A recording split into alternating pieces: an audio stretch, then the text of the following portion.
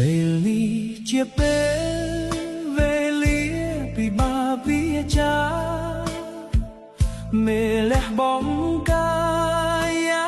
ការងារចេញពីចិត្តតួនាទីតូចធំមេតែងใจក្តីអាណិត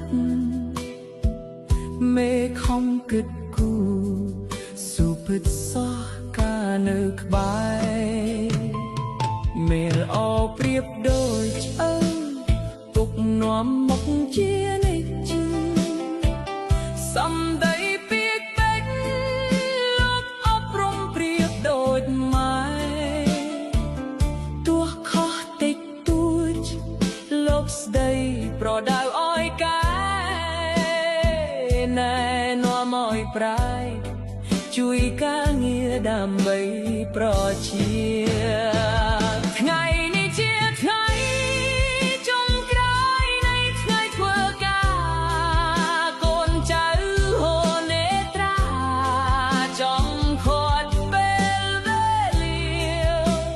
ថ្ងៃមេឃចូលនិវត្តន៍មិនអាចទេខាត់វេលាទឹកភ្នែកលាយលំគ្នាស្រណោះព្រោះមេលអ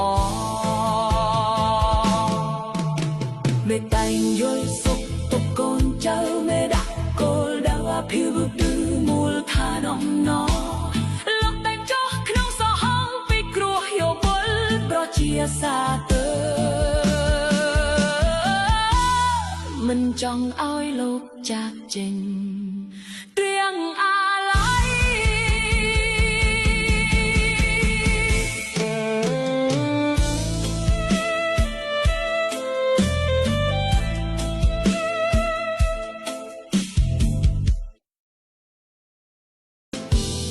ពេលនេះជាពេលវេលាពិបាកវាចាមេលះបងកាយាការងារចេញពីចិត្តតួនាទីតូចធំមេតែងใจក្តីអាណិតមេខំគិតគូរសុពិតសោះការនៅក្បែរមេលអោប្រៀបដូចឆ្អើងទុកនាំមកជានិច្ចសំដីពីកពេកលោកអប់រំប្រៀបដូចម៉ែទោះខុសតិចតួចលោកស្ដីប្រដៅអោយកែណែនាំអោយប្រែ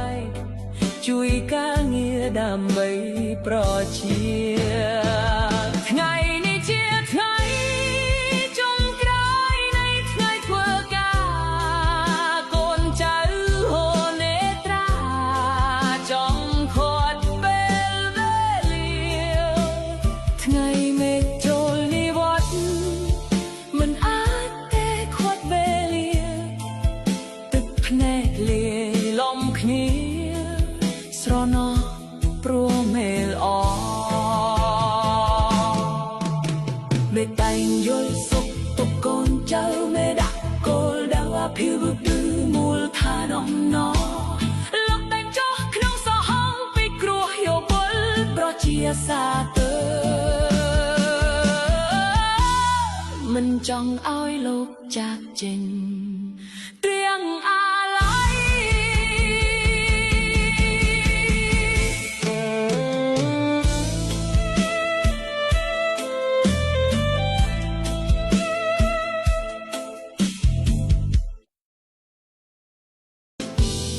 ពេលនេះជាពេលវេលាពិបាកវាចាមេលះបងកាយាការងារចេញពីចិត្តតួនាទីតូចធំមេតែងใจក្តីអាណិតមេខំគិត